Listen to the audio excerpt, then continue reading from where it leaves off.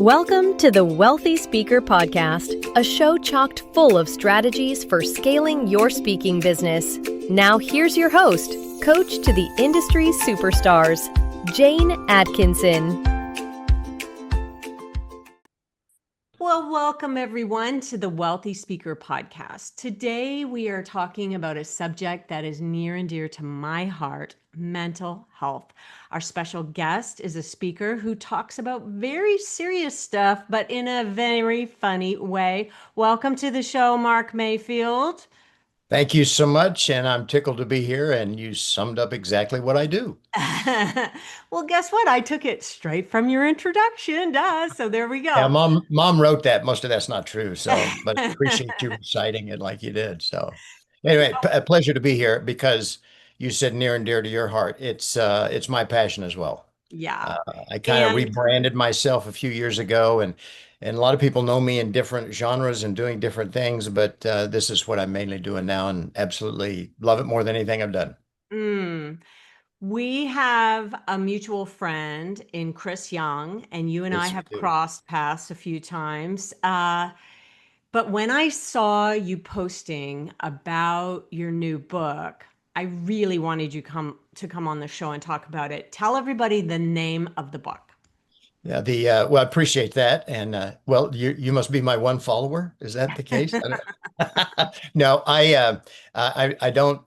I'm a social media guy, but not to the extreme that some people are. But the book is it's a title that you got to read the foreword to understand because it does have a shock value. It's I'm not okay, you're not okay, and that's okay. That's okay. And I just like kind of settled into that title. I'm hoping we'll call the podcast that because I'm not okay, you're not okay, and that's okay. It just speaks volumes about this idea that, what we all have our stuff. Now, before we dive seriously into that topic, I do want people to understand that you are a guy who is a very busy professional speaker. But go back to kind of like what were you doing in the early days that actually led you to what, a 30-year career now? I wish if it was only 30. My first, I was very fortunate. I was involved in a youth organization and ended up being elected national president of that organization.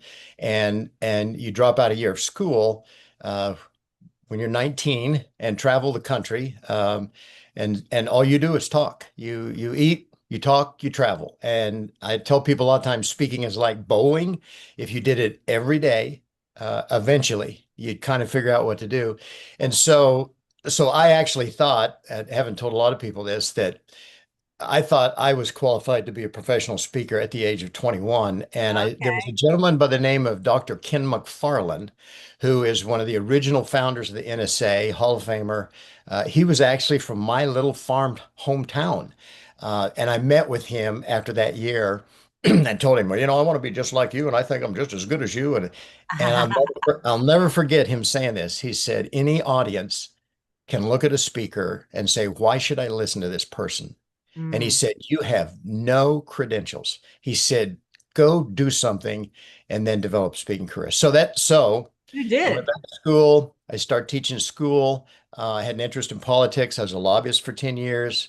And then it just kind of morphed into this. I used to do just political satire. And then I started just adding topics. And so my first gig was right out of high school. I got 25 bucks to speak at a soil and water conservation district banquet, told a bunch of old farm jokes and thought, wow, this is a You great killed country.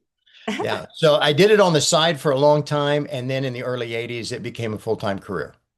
And of late, you told me before we started recording that your two biggest topics or most favorite topics to speak about are, Obviously, the one I have the most passion for right now is the mental health topic. yeah, And now I have to have that book to augment it. The program is called Find Your Day, but the book basically is about that program. And it's a positive, uplifting program on mental health. you scare people sometimes when you say mental health. Yeah. I've been in some of those programs where the speaker was on that topic, and you walked out of there so depressed. And Yeah. so it's positive, it's uplifting. There's behavioral things to do. It's I've got a comedy background, so it's yuck it up time throughout the thing, which by the way is a great stress management tool. And Yes. so that's what I spend most of my time doing. Prior to that, change was probably my primary topic. But over the course of 4 or 5 decades, you kind of develop everything: teamwork, communication, customer service, etc. So, but the two that I love, the two dearest to me, are obviously mental health and change, which kind of go hand in hand. Go together. Yeah. You had I don't remember how many years, but a really difficult caregiving journey. And Yes. as a caregiver myself, my mom is 95 with Alzheimer's.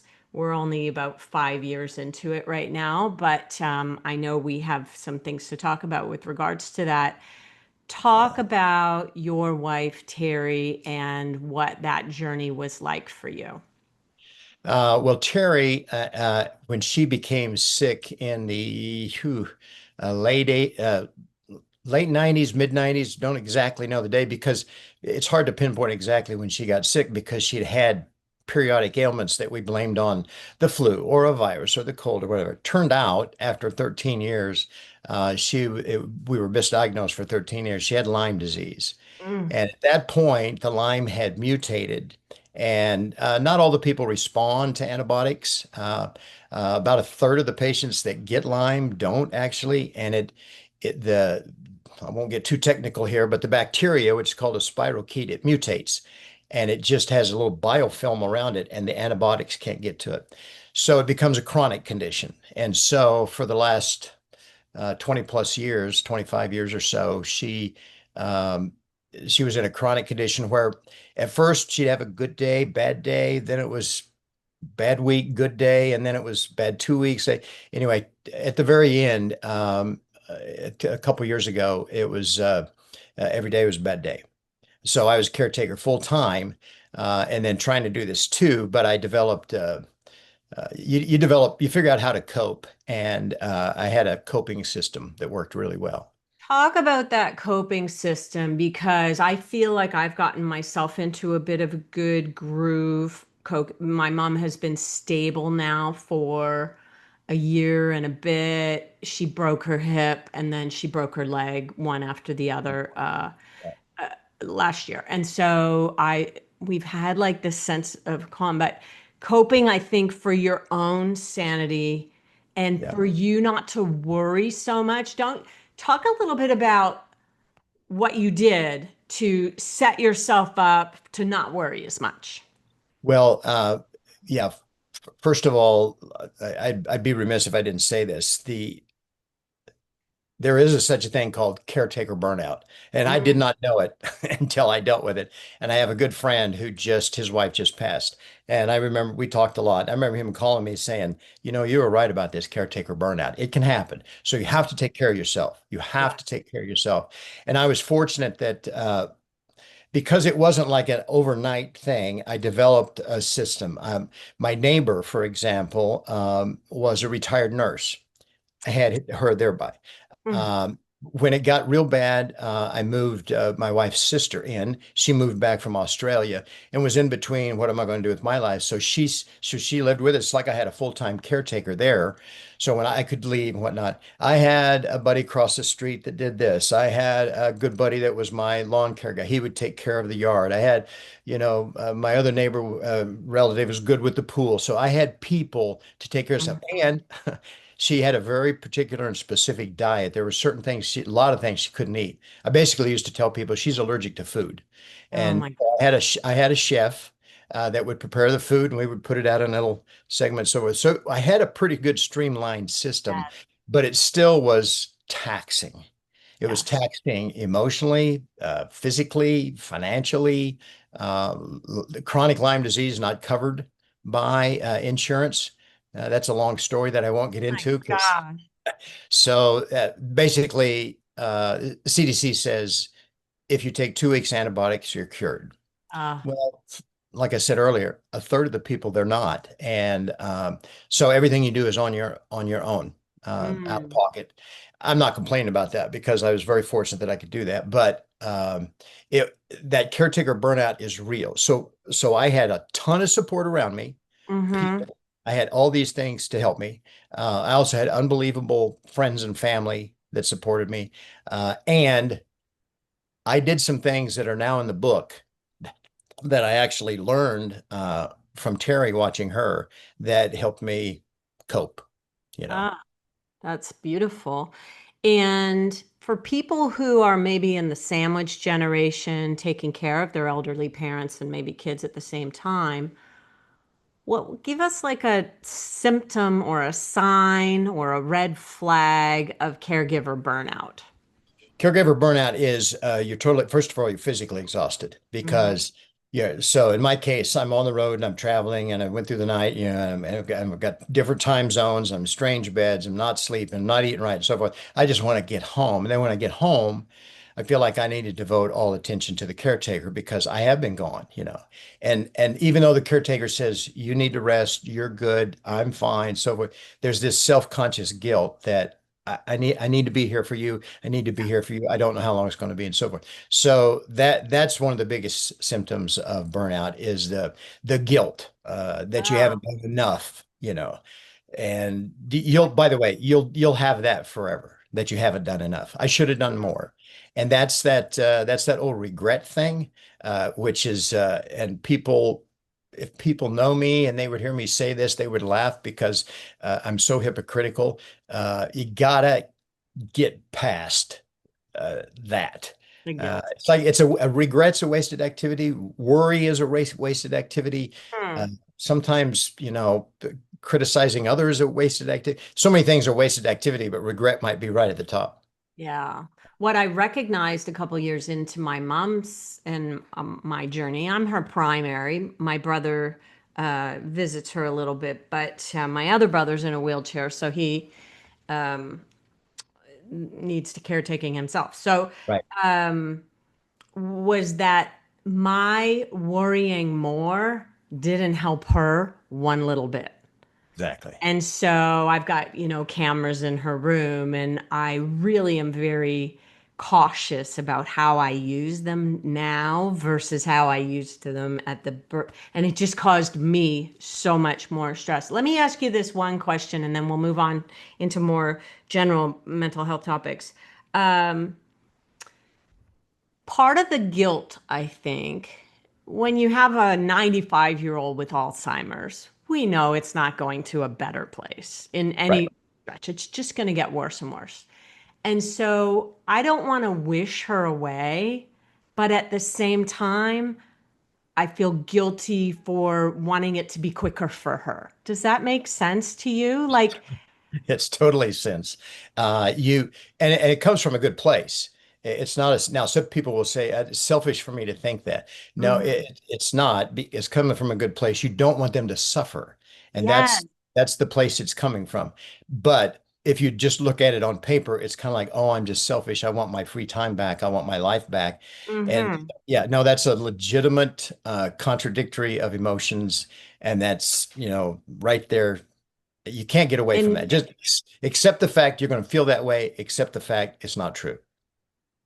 You know, yeah. one of the best texts I got after Terry passed was from my soon-to-be son-in-law, who, and I'm not name dropping, but everybody knows him because he's a famous Hollywood guy, Eric Stone Street from Modern Family. But his dad, Oh, yeah, that's my soon-to-be son. But Eric's dad, who I knew well, Vince, good guy, yeah. he had leukemia, and they had the wherewithal. Obviously, they did everything possible. They tried all the newest treatments, and so and it just prolonged it, prolonged it, prolonged it. And then when he finally said, "I can't suffer anymore. We're stopping all the treatment," and he passed. I remember Eric sent me a text, and he said, "It's okay to feel a little relief." Relieved. That's the Yeah. word that But gets it, my but it, the thing is, it's relief for both. yeah, yeah, And it's okay. It's all right, yeah. you know, Okay. because they're not suffering there is a massive load off you, but there's still that contradictory emotion up here. Ah, Yeah. Gosh, I shouldn't feel that way. I could have done more, etc. I feel selfish for thinking that way, but it's normal all feeling, but false feeling. Yeah. right. All right. Let's transfer over to I'm not okay, you're not okay, and that's okay. What is the biggest challenge about better mental health? Well, the it's the one that we haven't got over yet, and that's the acceptance of it. Mm.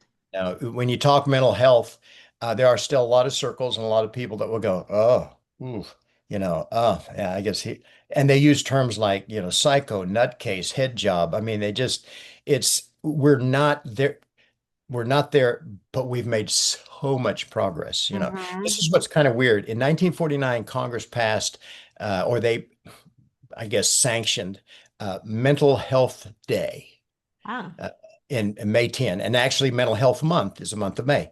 That was in 1949. It was for people coming home from the war, PTSD, etc. And it was kind of like in 1949, we said, okay, we have Mental Health Month. We're done. We got it. We got a month. We're good. Don't have to do anything else. There never was a concerted effort to talk about our state of mind and mental well-being, which is so incongruous because no one will debate the power or the importance of physical health, and no one will debate the connection between mind and body. But yet, talking about mental health means you must be a little crazy, or you're just a little weak, or there's something wrong with you. You need help. You've got issues. We got to get past that thought, completely past that thought. And like I said, we've made so much progress. And this I'll say too, the biggest positive that came out of COVID, uh, hmm. and this is not a political statement at all, is the fact that that issue of isolation, Yeah. where we lost social contact, and that issue alone brought the issue of mental health to the forefront. And that's a huge positive. Now, I'm not saying that COVID was a good thing, don't get me wrong, No, but that no. was a positive we can pull out of it for sure. And Yeah. I think the way we think. So I really studied during COVID the idea that our thoughts lead to feelings and our feelings lead to action or maybe inaction and so on. We get results. And Have so you that read my was a, book? what's that? Have you read my book? I have not, but I'm not Yeah. surprised that it's kind of a similar idea because uh and I've been just working my husband lately to try to get him to talk more about feelings. If he can't Yeah. fix it, he gets angry, and that's not necessarily what I need. Sometimes I just need to unload some feelings Yep. and without him wanting to fix it. So are there some specific behaviors that we can incorporate into our daily lives to improve our mental health? There's no question about that. And this I could, if you didn't interrupt me, I could probably fill up the next, 40, 50 minutes talking about that. But so first, let me say those five. I'm going to talk. I've got a little program. Everybody's got an acronym. Every speaker has an acronym, and Yeah. so I kind of apologize for that because a lot of times speakers will say, "Well, this acronym will help you remember." It's really for the speaker. Okay. Yes, for sure. Uh, yeah, and some of them are kind of silly, crazy. I was on a program the other day. The guy's acronym was leadership, and he was talking about customer service, and L was the love, E was the That's electricity. A was like, oh, a long acronym. oh, yeah. So anyway, so it's just reach, and that's for me. That's so I can remember it. And Yeah. those are five behavior skills that now these aren't the only stress management skills. These aren't the only ones that can help your state of mind. All These are right. the five we tend to forget. See, I don't, when I'm on stage, I don't tell anybody. I don't talk about your belief system, your religious system, oops, about your moral. I don't talk because that's a personal thing, and we don't forget that. People fall back on their faith, whatever it is, uh, when Yeah. they, when they have mental health issues. I mean, think about how many people came back to their faith after 9/11 or after COVID. So I don't have to remind people that. No, I don't talk about that. I don't Right. talk about food and nutrition because you know what's right, you know what's wrong. Yep. Those you remember in times of stress most of the time. Here's the five that we tend to forget. Okay. And the word is reach, and very quickly, R is relaxation. Relax. I'll explain these in a second. E is exercise. Mm-hmm. A is avocation or a hobby. C is communication. H is humor. Those Communication. are the ones when we get wigged out, stressed out, whatever you want to call it, when we're starting to slide down that mental health staircase, Mm-hmm. we kind of forget about those five. And where did those come from? Well, I'm going to be honest, even though I don't say this on stage, they actually came from Terry. The relaxation, she might only be able to do one yoga pose. That might be all she could do, but she did it. Yeah. Her, oh, and by the way, I should start with the R, relaxation. She sometimes would sleep 18, 19 hours a day just because she needed to. The Yeah. E exercise might be one yoga pose. The A avocation, she had a hobby. She became a writer from her bed and developed a website and had a following that was just crazy. In fact, after she passed, I went to San Francisco. She was recognized by Bay Area Lyme for all of her contributions to the Lyme community. That became her hobby, and I didn't realize she didn't realize she was a writer. I didn't realize she was a writer. Communication, we talk more than ever, and Mhm. humor, she kept her sense of humor. So Yeah. that's where those five come from. And so if someone would say, yeah, I'm really stressed out, I don't feel like my life's got balance, etc., feel like I'm starting to slide down the hill, look at those five. Yes. That's really What are true. you kind of shortchanging yourself on? And you don't get to pick one of them. You got Yeah. to do all five. I'd like to suggest that people in heavy caregiving mode, exercise and self-care goes completely by the wayside. Yeah.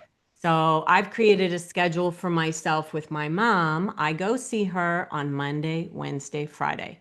Could I be there every day of the week? Yes, I could. Do I need to be there every Mhm. week? No. And I've really put a lot of trust in the team that I've hired, in the people that where she lives, that they are doing their Right. jobs. And the Yeah. minute I gave over on the trust thing to not try to micromanage her day to day, and I'm saying this because I think it could be helpful for somebody else. That's why Uh, we say it. I trusted that everybody was doing what they were supposed to do. I had my own little PSW spy in there every day just to report back and tell me how she's doing if I'm not there that day. But on the days I'm not there, I'm going to the gym, and so I know that Tuesdays and Thursdays are my days. There you And go. that's just I feel like we've gotten into a really good rhythm, and my brother goes on off days too, and it's just it's just I It's don't easy. know. It's easy to skip. It's so easy to skip. I told you about my good friend who just lost his wife to leukemia and so forth. He called me one day and he said, we were texting and he said, I need to talk to you, but can I call you after I do my steps? And I knew he Oh, was at the hospital and I knew his wife was basically undergoing the chemo and get ready for bone marrow transplant and all that sort of thing. And what yeah, he would do was he would go to the stairwell and he'd go up and down the stairwell 4 or 5 times. He found a way to do it without yeah, shortchanging his caretaking duties. It's yeah, so easy to skip that, but endorphins are created, catecholamines, there's no question about it. The hormonal mm, changes, exercises creates it changes your mindset. yeah. Totally changes your mindset. So, so, so good. Talk about triggers. What, Yeah. Well, everybody's got them. yeah. And if you tell me you don't have one, then I'm getting more check your familiar pulse. through therapy with what my triggers are, Yes. actually. Yeah. I thought I was pretty self-aware, Yeah. but I will say that therapy is really helping me bring some things to the forefront. Yeah. Well, and if I can jump back a little bit, you said something really important that I have to say in every session. Um, the aspect of therapy is so critical. Remember the REACH, the C is communication. That Mm, communication can be with your spouse or loved one or sibling or friend. There's no problem. There's no problem if you're getting professional help. And it may not be the first, second, or third, or fourth person you try till you find the right person. And I learned that through my daughter. My daughter was a survivor of the Vegas shooting, and that was a oh, tough. About lost her. About lost her after that. oh, oh, Mark, I didn't know. I'm so sorry to hear that. We're good. But her first and second therapist were not good. Oh, Didn't help her. Third one, she's on top of the world. oh, The wow. benefit that I'm trying to make there, and sometimes I can talk about that and sometimes I can't because Yeah. I almost lost her. Yep. Um, she was at the bottom and is now at the top. Yeah. So that's an aspect that, So, isn't it a speaking thing that you should talk from the scar, not from an open wound? oh, clearly. So, Yeah. speak to that. Like, I see how emotional you are talking about that. And I think that, Terry was only a couple of years ago. It was Right. 2023 when she passed, right? And Right. so, does that feel like you're able to talk about that? Like, how do you speak about that from the platform? Or do you? And do you speak Right. about your daughter from the platform, knowing that it could be really hard for you? And how far do speakers go? Yeah, and that's the thing. That's the tough thing you deal with. Generally, I can talk about Leah without a problem. That was 2017, Mm. October 1. Yes. So, but I'm real critical because I've been in more audiences than I have been on the stage, as is true with everybody. And the one thing I never wanted this program to be was one of those maudlin, feel sorry for me. I'm a hero. Look what I have overcome. Yes. Those always kind of turn me off, and I don't do that. So I very seldom mention Terry. I will make a quick comment like, "Now I was a caretaker for 25 years, and here's what I learned. Can't, that sort of thing." Okay. But That's I how you. don't go into the daily regimen of the last year. She had 7 seizures a day and all that sort of stuff. Now Leah, it's kind of weird. Sometimes I just sail right through it, and other times, just like right then, you think Yeah. about, "Phew, how did she get through that?" Yeah. So and the way I get through that, quite honestly, at the end of talking about Leah, if I do it on stage, um, I have a laugh point. I have a laugh out. So I change the emotion. I swing it. As you know, the best speakers are the ones that take you on a roller coaster ride. Yeah, and they're not afraid to go deep, Right. but we don't stay there a super long time. Absolutely. Absolutely. Pop Yeah. them back up Yeah. with your Yeah. last So I line. don't I don't go into the details at all. I just say, when I talk about, find a day that you didn't think you were going to make it, but you did. You're sitting here right now. Here's my day. And I taught that actually came from the inspiration. It was the USS Indianapolis. I won't get into all the details. It's a great story to read about. They I saw their interview of he was one of the last survivors of the USS Indianapolis. There's only one left, by the way. It was the last ship sunk in World War II. Ugh. And they went down, they got hit by a Japanese submarine torpedo. They were coming home and they got sunk. Anyway, there were about 600 that got or 900 that got stuck in the water, and because nobody knew they were down, there's only about 300 that survived. Well, Oh, now they were World War II. There's only one left. Well, I saw the sixth remaining survivor interviewed, and they asked him a question how he was doing that day. And he goes, "Great, I'm doing great. Really, I'm just great." And the TV anchorman said, I don't want to bring up bad stuff here, but you lost your friends, you were in the war, largest disaster in naval history, you PTSD, you're on oxygen, etc. And he said, "What do you mean you're doing great?" And he used this line, and when I heard it, it just knocked me in my chair. He said, "Ever since that day I got rescued, I ain't never had a bad day. I ain't never had a bad day. What's your day, partner?" And I thought, wow. So that's his benchmark, whenever he thinks he's having a crappy day, he compares. find your day. And my Yeah. day was October 1, 2017. Now, will it be March 6, 2023? Maybe. I'd had a long time to prepare for that. Yeah. So, but I guarantee you there's a day that everybody's had when they didn't think they're going to make it. It can't get worse. I don't want to be here. This sucks. But yet you're sitting here right now.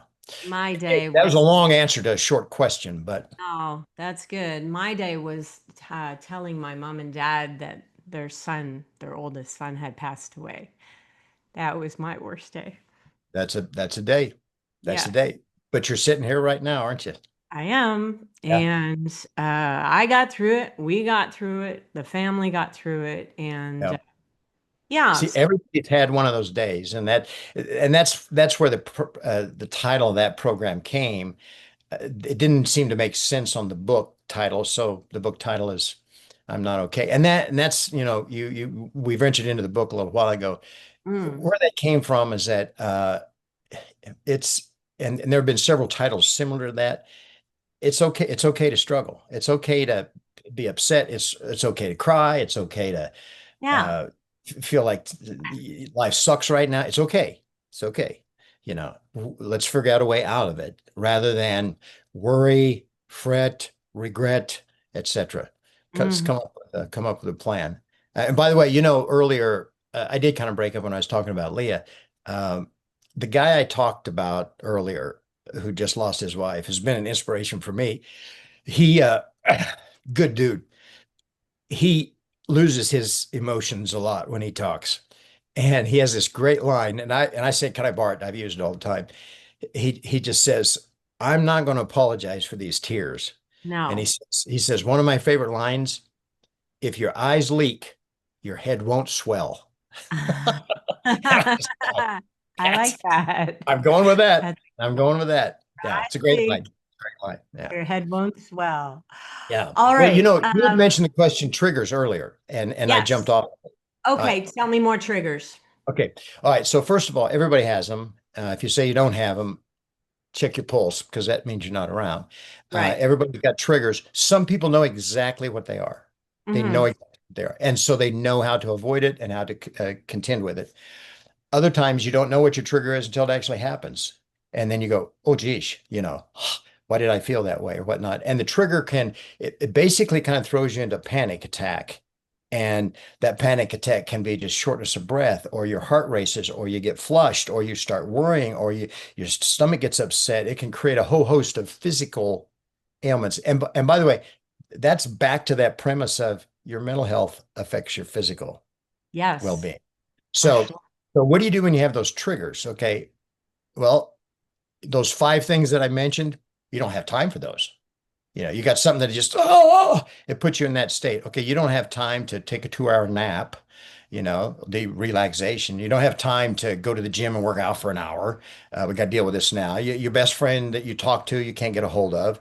Your hobby, yeah, I can't, do my crossword puzzle now because I'm not, whatever. You can't do those five. So what do? I call these trigger tips, if you will. You have to have something that allows you to defend it at that moment. That on the second, and I've actually done a lot of research on this, and there's a lot of them. I've comprised 14 of them. I won't go through all of them. If they want a Yep. list, you can go to my website. It's just markmayfield.com/trigger tips. And there's Trigger tip. 14, and there's things as simple as um, I call it the 6 o'clock rule. Will it make the 6 o'clock news? Most of the stuff that threw you in a panic attack won't. Mm, It puts it back in perspective. yes. And that, by the way, that was from my mama. That was one of her sayings. We could be fighting, and she goes 6 o'clock, and that meant will it make 6 o'clock news? And the comedic example I give is you lose your keys at the mall. Yes. That's not going to make 6 o'clock news. No, Calm the panic down. It's not, but you lose your nephew Kevin at the mall. that will make the 6 o'clock. See, there's the difference. Okay. All right. So you can just ask yourself that question.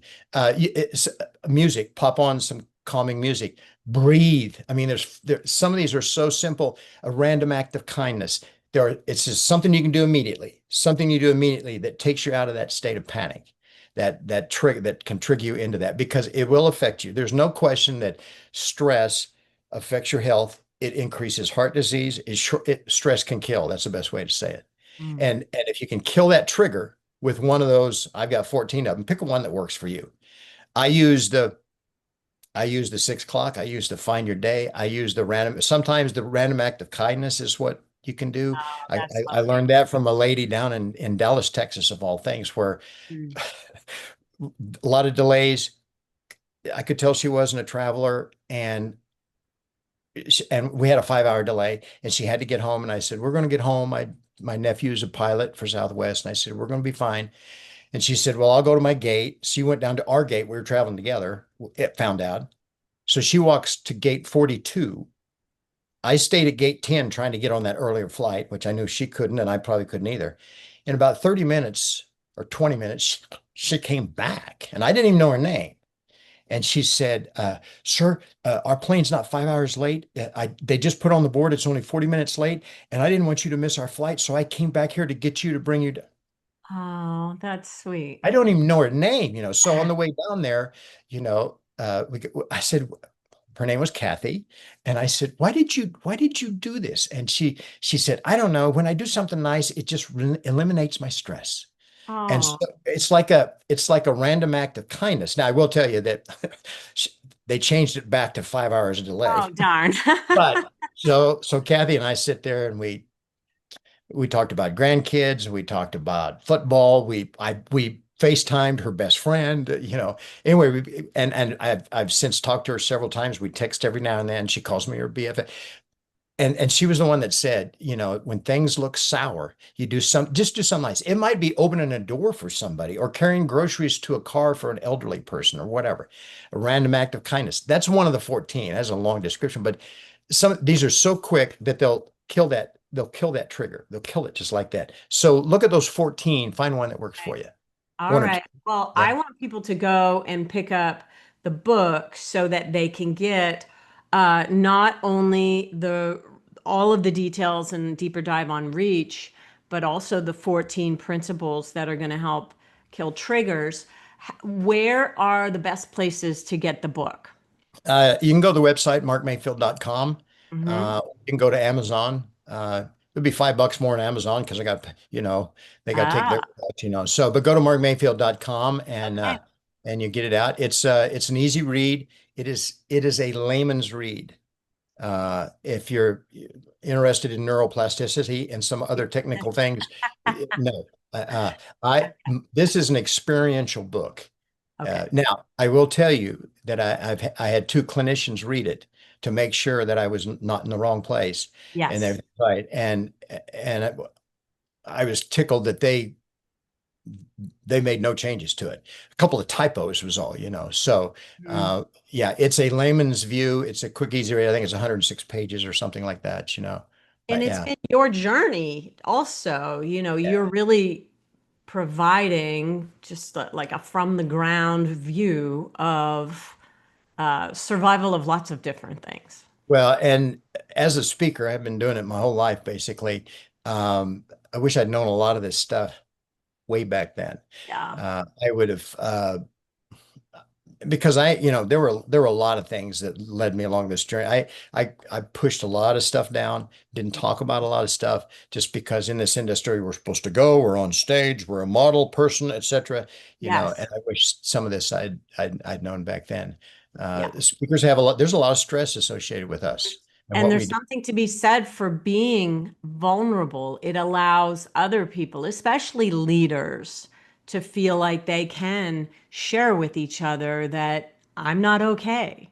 Yeah, Right in this moment, I'm not okay. And I it, really it love means you're normal, basically. those conversations in the hallway. You and I have met at National Speakers Association conferences before, and those are the conversations in the hallway that had meaning for me Yep. because, "Oh, I know you've been through something. Tell me, how are you?" That means everything to me then. "Oh, I spoke 178 times this year and blah, blah, blah." That's just a lot of bluster. And Yeah.